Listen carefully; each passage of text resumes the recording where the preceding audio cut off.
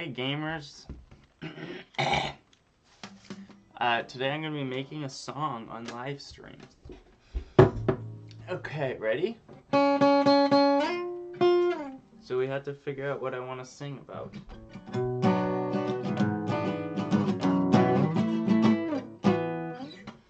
I want a kid in my house. I can't have anything like that. But if I do, well then if I do, then I do. Right and about the street, I never really thought that I could have this many feet.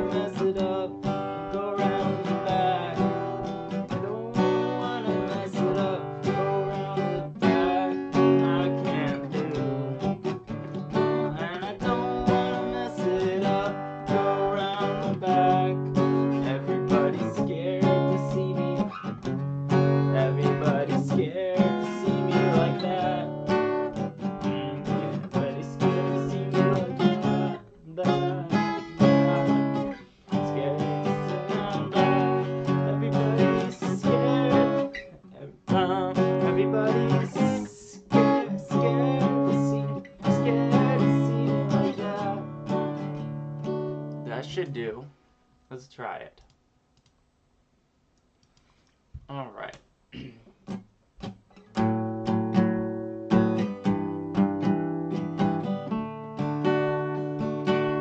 Yo, you know what? For recording, I gotta get that shit a little closer, don't I? Okay. La da da da da do. Oh man. Well, I guess you can't really see my hand. There you go.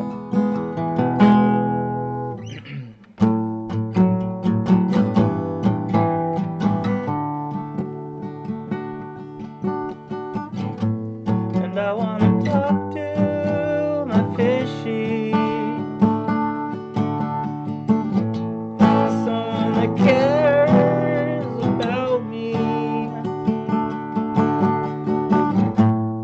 And I can't promise you anything. And if I do, I will take it to you. Missing dinner time on Tuesday. And my friends wonder where I am. I don't care, I've been round here every time I go back. I just want to be with my cat. I don't want anything to do with that. Baby, baby, baby, baby, please come back. Come back, please come back. All these school kids are crying. They all wanna be put back in their place with all their mommies and daddies. And all these school kids are pooping. I don't want anything like that for me. I don't want anything to be like that, even if I have to. I don't wanna feel the bad, just give me the good and they say no. Feeling the curse makes it much worse, make me wanna feel it in the dirt. Da da da da da da. Da da da. Alright. Let's listen to that. I guess you guys already just listened to that, so. Oh man. Well, I guess you can't really see my hand. There you go. Ba-da-da-da-ba-da-da-da.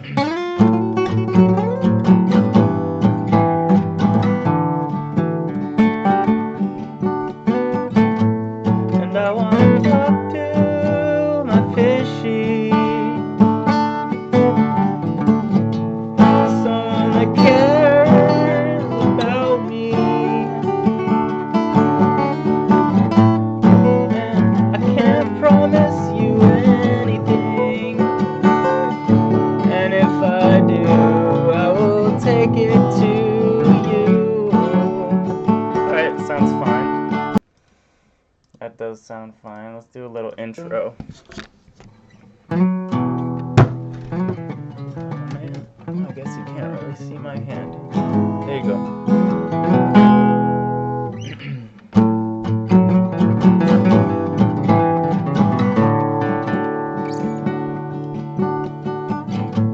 And I wanna. There you go, man. There's an intro.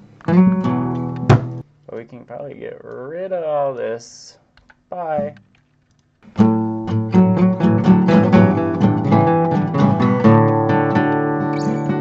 Well, that's something.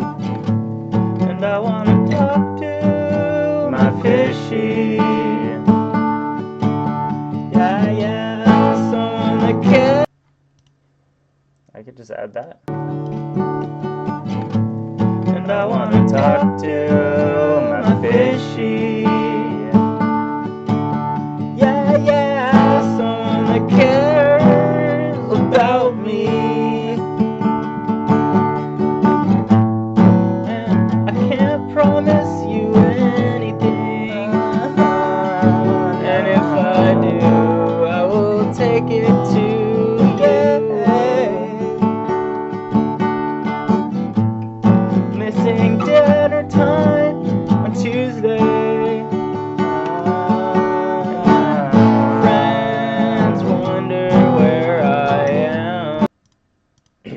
how that sounds.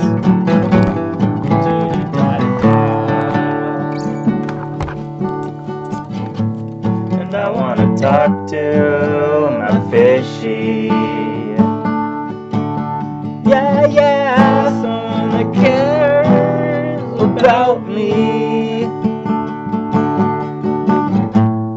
And I can't promise you anything. And if I do, I will take it to you. That shit sucks. Let's minus it by 9. And let's amplify this negative, because that shit sucks right there. I don't need that in my life. Let's put some shit on top of this shit. And I wanna talk to my fishy. Yeah, yeah, someone that cares about me.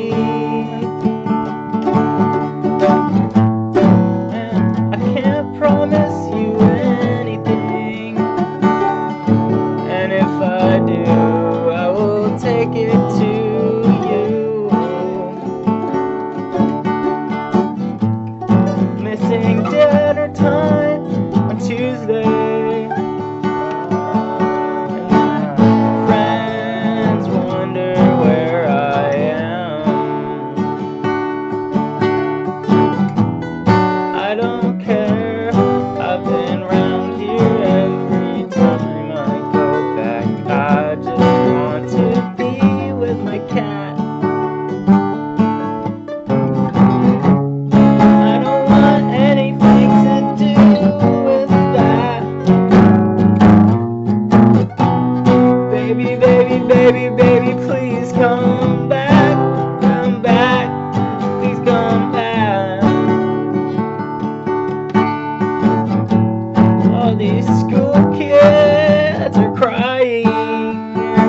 They all wanna be put back in their place with all their mommies and daddies. And all these school kids are pooping. I don't want anything like that for me. Alright, let's add a little bit of this shit. Why not?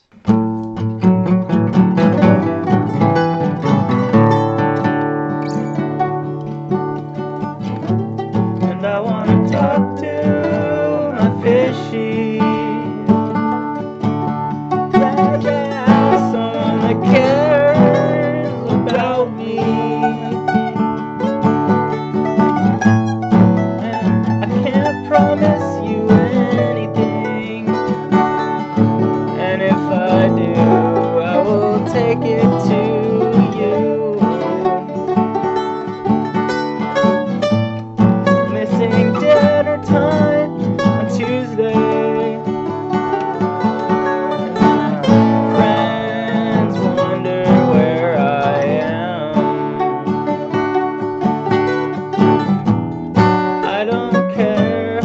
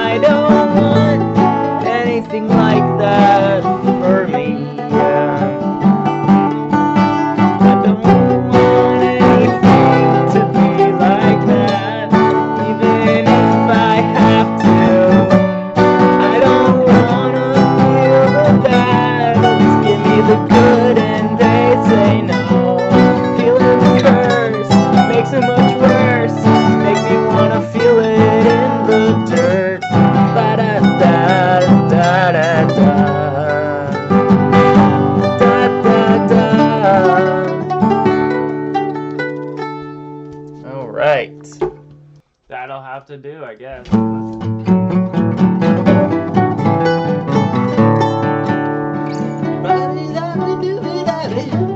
And I wanna talk to my fishy. Yeah, someone that cares about me. And I can't promise you anything. And if I do, I will take it to you. Missing dinner time on Tuesday.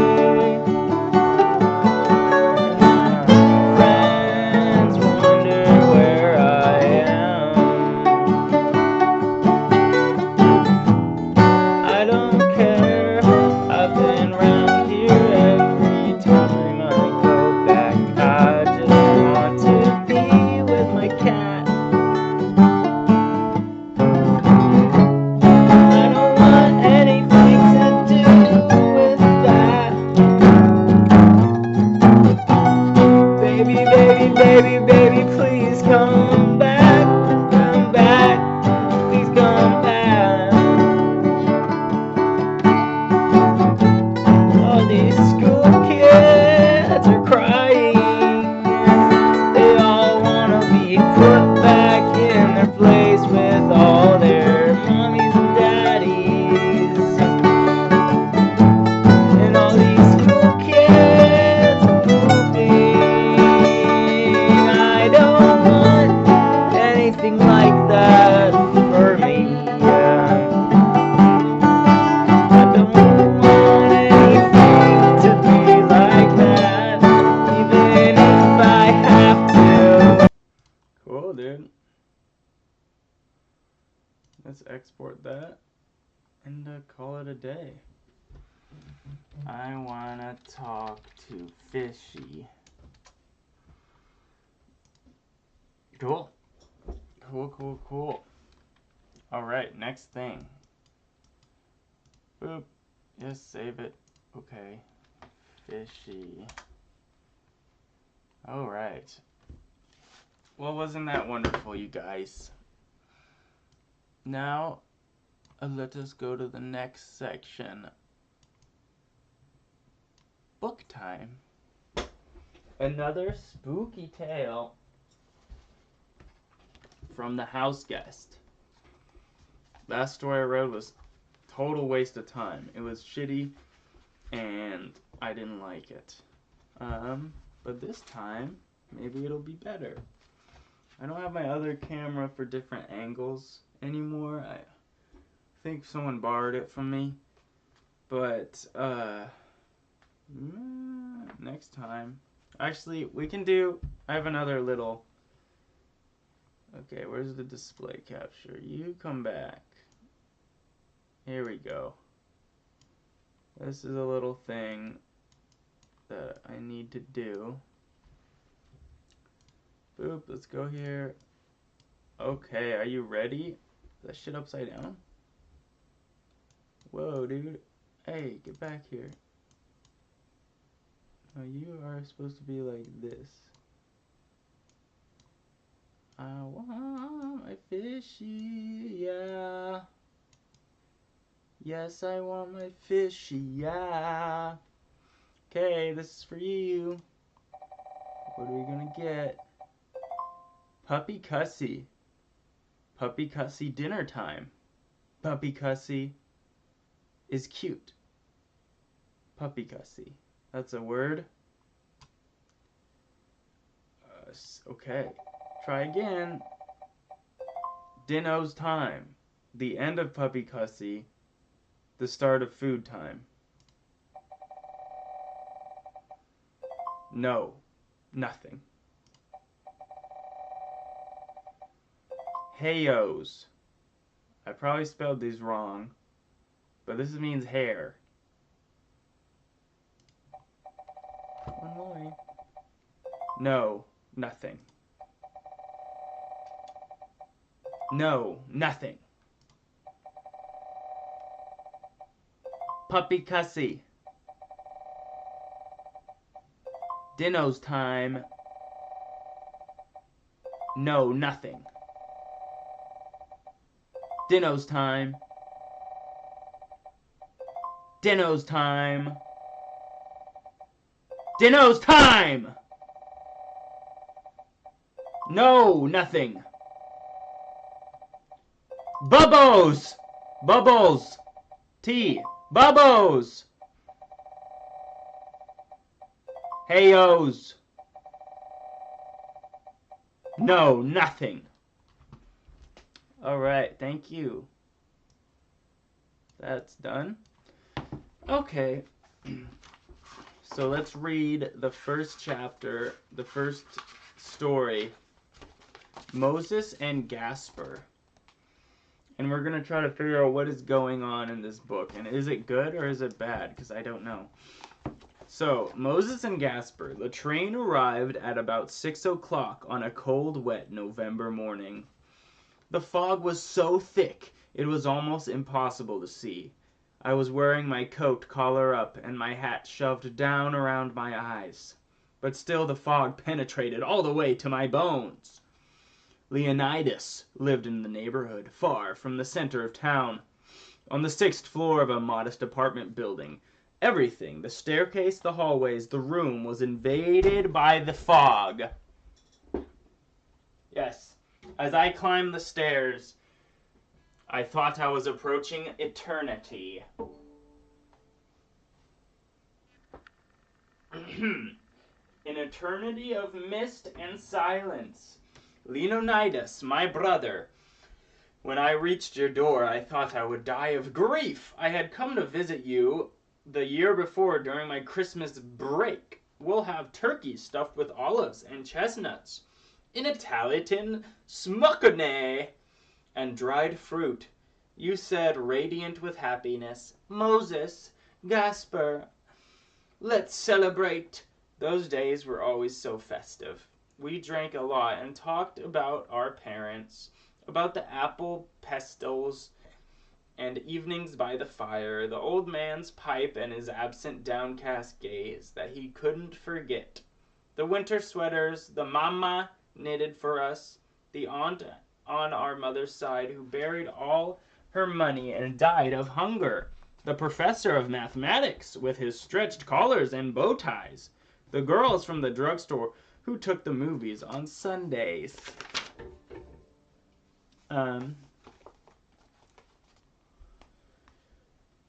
Films we never watched, the handkerchiefs covered in lipstick that we had to throw away. In my grief, I had forgotten to ask the concierge to unlock the apartment. I had to wake her up. She climbed the stairs half asleep, dragging her feet. There were Moses and Gasper, but when they saw me, they fled in terror. The woman said she'd been feeding them twice a day, and yet to me they looked all skin and bones. Oh no! Moses and Gasper are in this apartment, and this guy's coming, and they didn't feed them. It's another story with something inside of a room.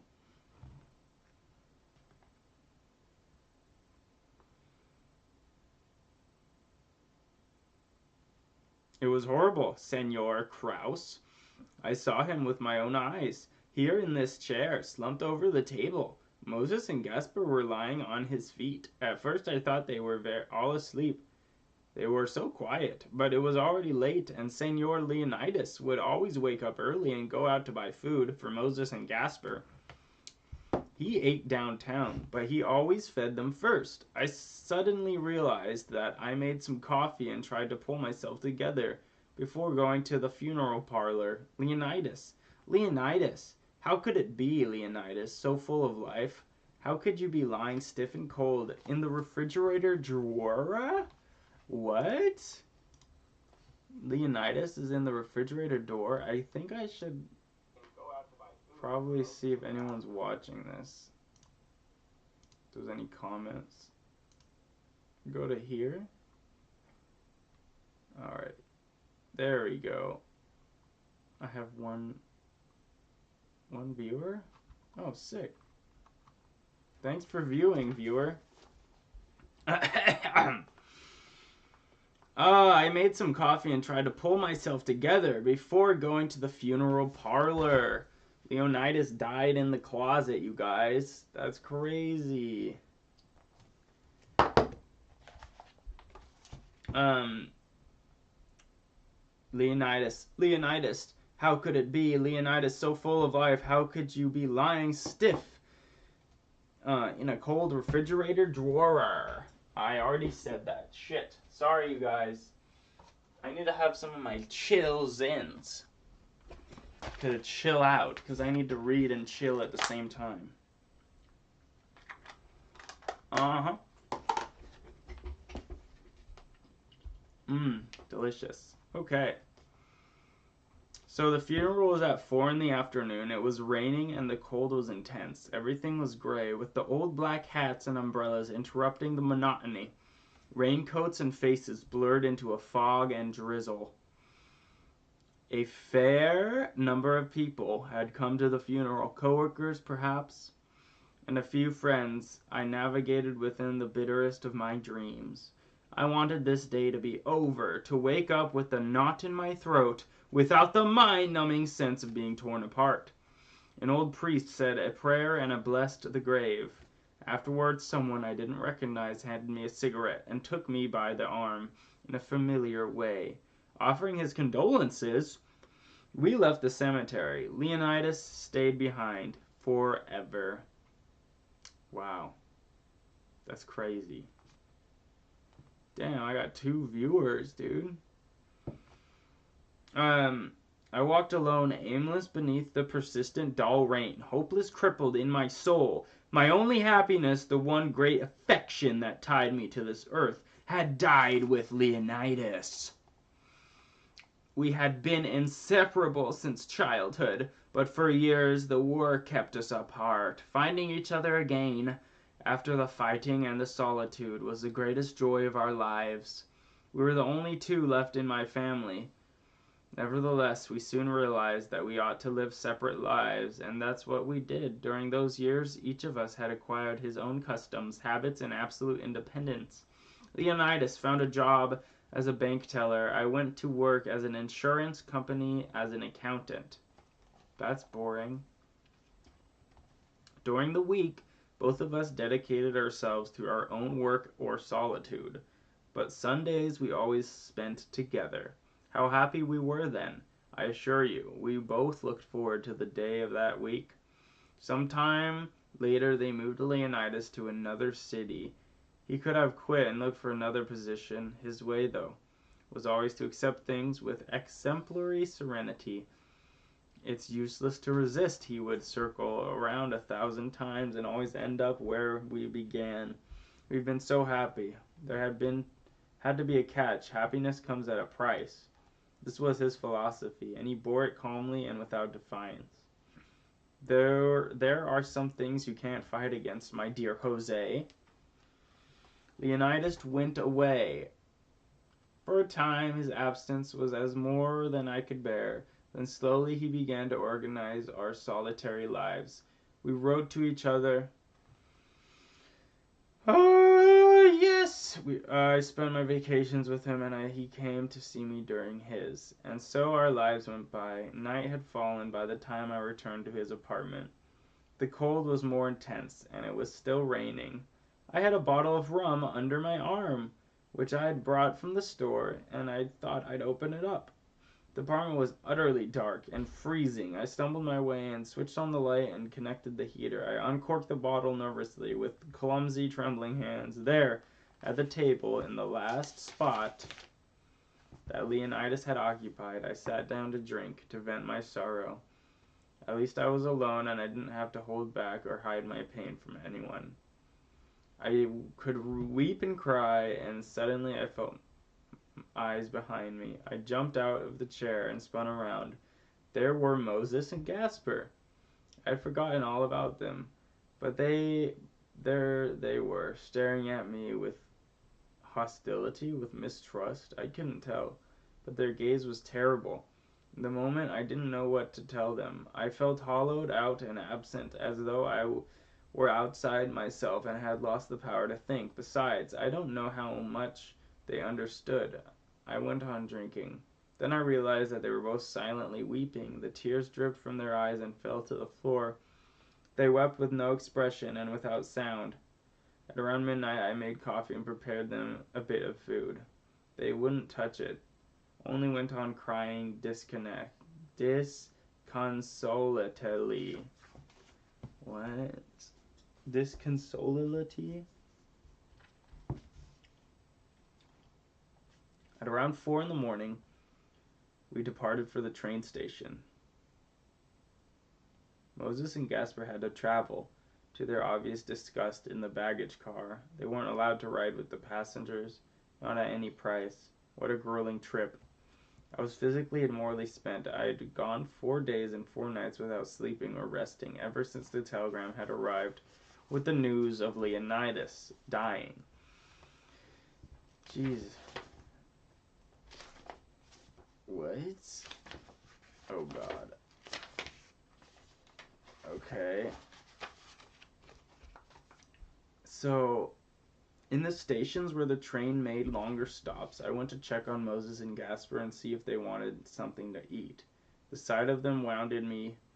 They seemed to be recriminating me for their situation. You know it's not my fault, I repeated each time, but they couldn't or didn't want to understand. It was going to be very difficult for me to live with them. They've never taken to me, and I felt uncomfortable in their presence, as though I was always being watched. How unpleasant it had been to find them in his house the past summer. Leonidas evaded my question and begged me in the warmest terms to love them and put up with them. The poor things deserved to be loved, he told me. The vacation was exhausting and violent, even though the mere fact of seeing lice filled me with happiness. He had stopped coming to visit me since he couldn't leave Moses and Gasper alone. The next year, the last time I saw Leonidas, everything went more normally. I didn't like Moses and Gasper, and I never would, but they no longer made me so uneasy. I never found out how they came to live with Leonidas. Now they were with me, a legacy, an inheritance from the unforgettable brother. So then they got home. Blah, blah, blah. Moses and Gasper stood outside his bedroom door, staring at him, trying to look through the keyhole at him, or maybe just listening for the sound of breathing to see if I was asleep. Leonidas fed them every morning at 7. I had to get up and go find something to eat. What hard and arduous days those were after Moses and Gasper came to live in my house. I was used to waking up a little before 8, making coffee, and leaving for the office at 8:30.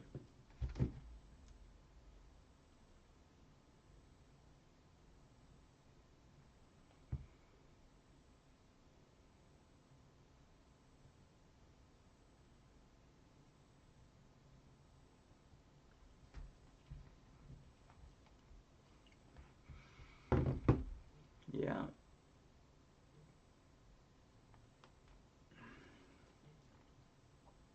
Oh, cool. So, so Moses and Gasper had been living with me for almost a month when I finally realized the serious problem they were going to create in my life. For several years, I had had a romantic relationship with a cashier of a restaurant where I often ate. Our friendship began in a straightforward way because I've never been the courting kind. I simply needed a woman, and Susie solved that problem. Damn, someone fucking watched the shit out of this. So anyway, like mere acquaintance, I would go to living calmly for a while without thinking about her. Then all at once I'd feel old familiar symptoms of anxiety, sudden rages, and melancholy. Then I'd look up Susie and everything would turn to normal. After a while, absolute habituality, Susie came to visit once a week. When I went to pay the check for dinner, I'd say, "Tonight, Susie?" if she was free, since she had She did have other engagements. She'd answer, "I'll see you tonight." Otherwise, it was, "Not tonight, but tomorrow if you like." Susie's other engagements didn't bother me. We owed each other nothing and didn't belong to each other. Advancing in years and abundant in flesh. Ooh, she was far from being a beauty, but she smelled good and always wore silk underwear with lace trim, which had a notable influence on my desire. I never managed to recall even one of her dresses, but her intimate combinations I remember well. We never spoke while making love. Instead, the two of us both seemed lost inside ourselves. So it's his mistress that he's having fun with. Finally, one night I waited for Susie at the corner outside the restaurant as usual, and we went to my apartment. Everything happened so quickly, and I was only able to piece it together afterwards. When Susie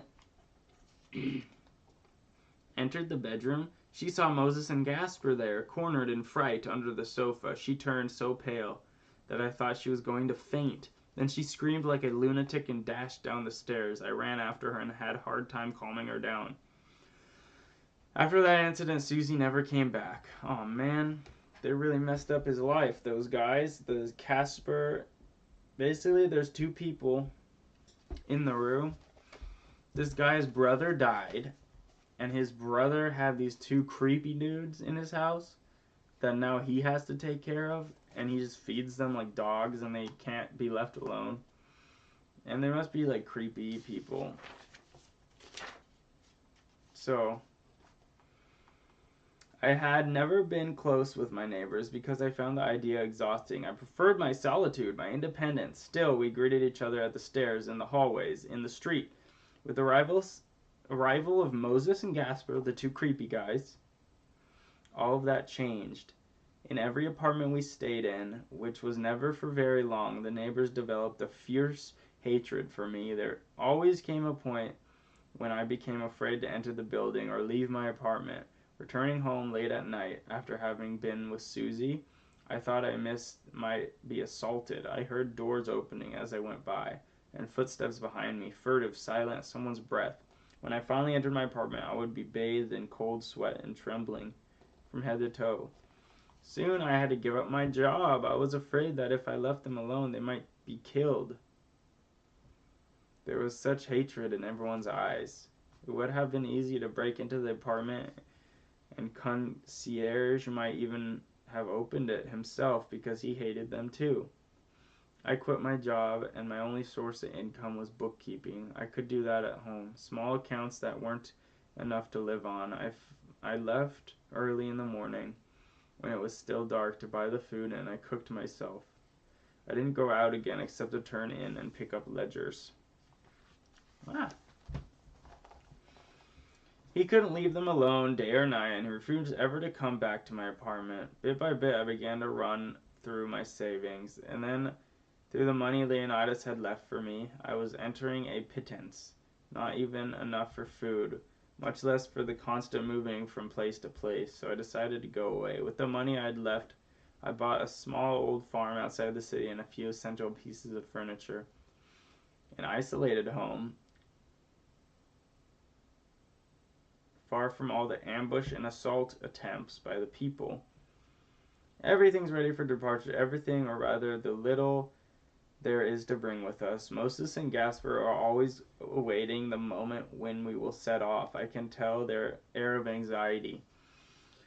I think they're satisfied, their eyes shine. If only I could know what they're thinking. But no, I would be afraid to plumb that shadow mystery of their being. Silently they approached me, and if wanted to sniff out my mood, or perhaps to find out what I was thinking. But I know they can sense it. They must, for it shows in their joy and the air of triumph that fills them whenever I feel longing to destroy them. And they know I can't. They know I'll never fulfill my most ardent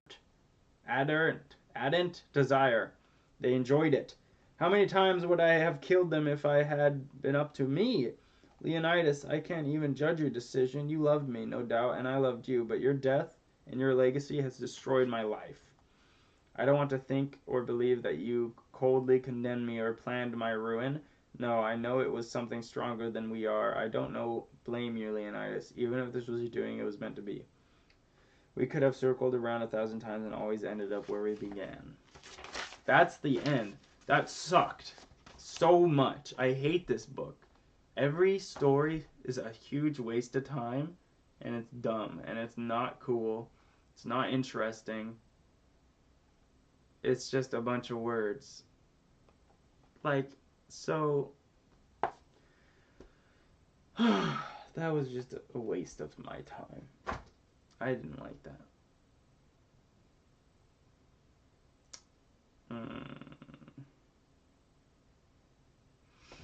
Let me play another song. That's actually not a waste of time.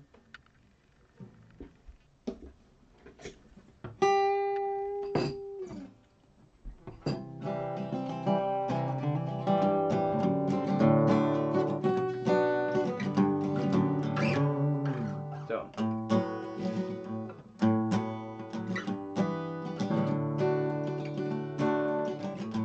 I want to talk to my fishies.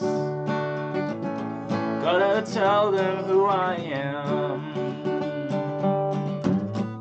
I want to talk to my daddy. I want to be a farm. All the time I'm going out to sea. I never wanted to be what I had to be.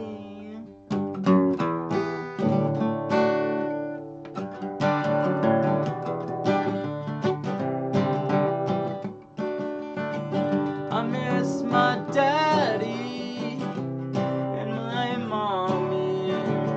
Won't you come and get me from the school? My mommy and daddy come to the school.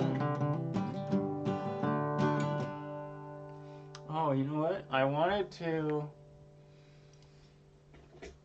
try and learn a song, so let's do that. Let's learn a song, shall we? So it is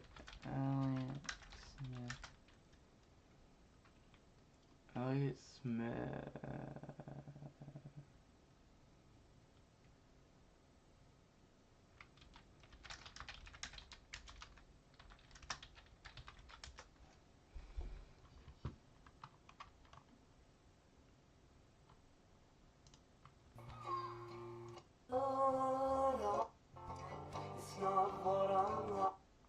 Da, da, da, da, da, da. Okay, let's see.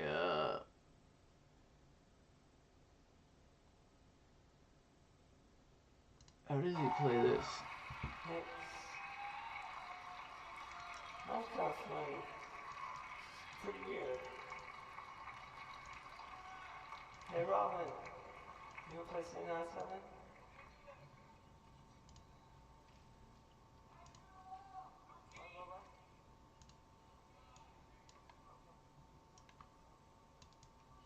Okay. Okay. My favorite song in the world. Oh, someone asked what his Enrichment, man. favorite song is. And I can't play things on raw power. And I can't play.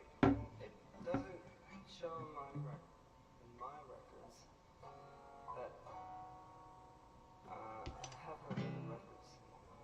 I don't.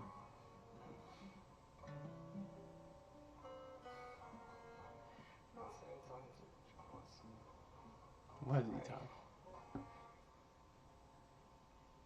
All right.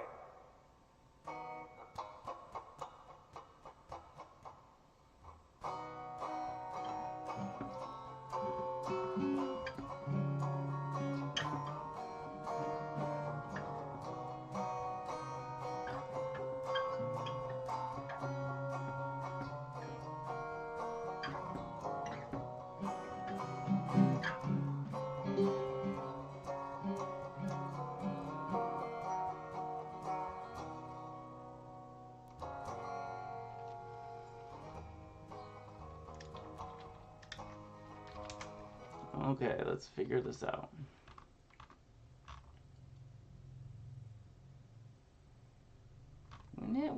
me, I was momentarily proud.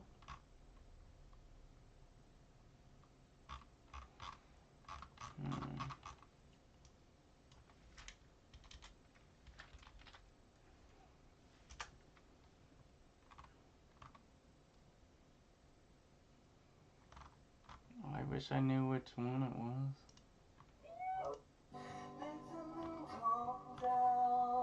Oh, here we go, here we go.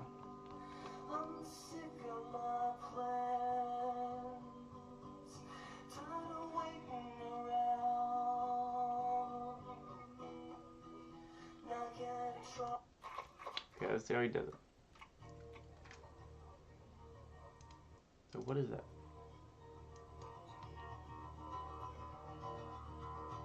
I met a girl, a snowball in hell. So it's like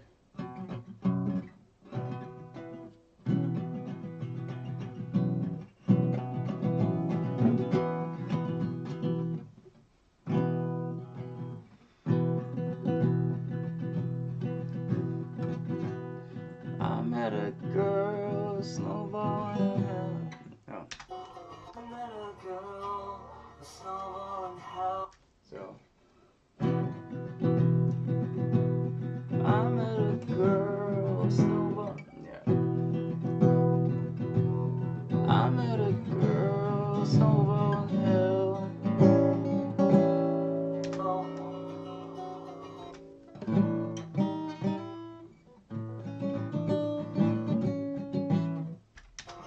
She was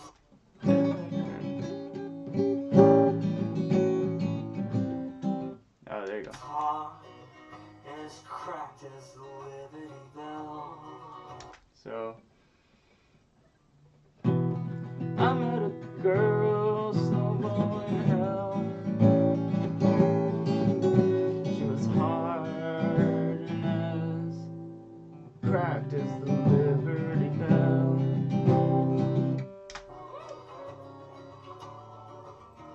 And then out of the sea, no man with me. And seeing worthlessness. I got her to come on, move in with me. And I said I'd find a better place we could spend. So I got her to come in with me.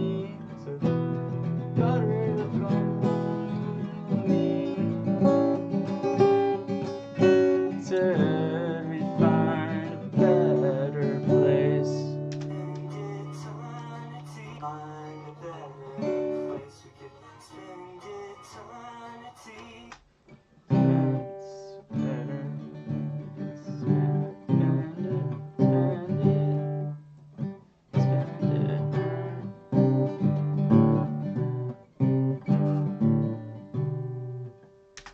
A better place we could spend eternity. So spend eternity. Spend eternity.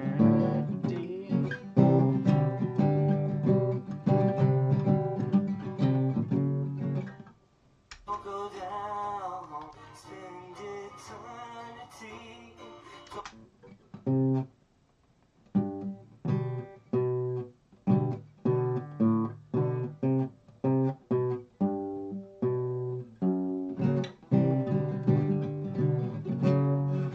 Got to spend eternity.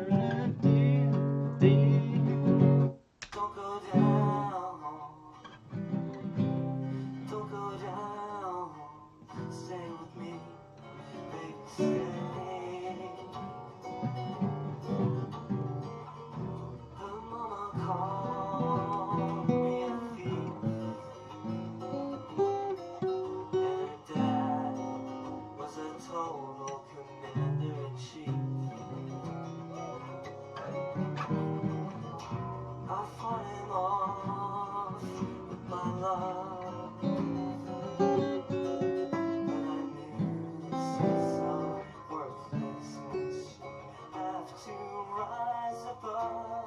Don't go down. Okay. Let's try. I met a girl, snowballing hell. And she was hard and as hard and as cracked as the Liberty Bell. Hard and as cracked as the Liberty Bell.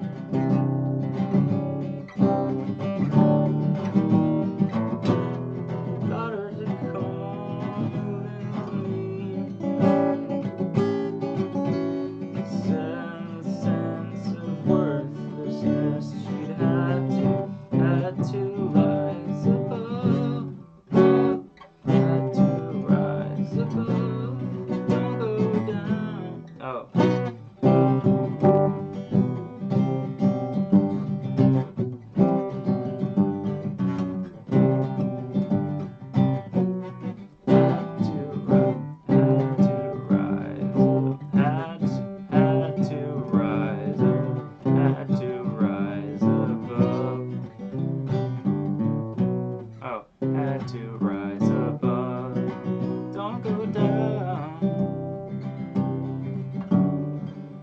Don't go down, stay with me, baby, stay. So don't go down, don't go down, stay with me, baby, stay. I don't know.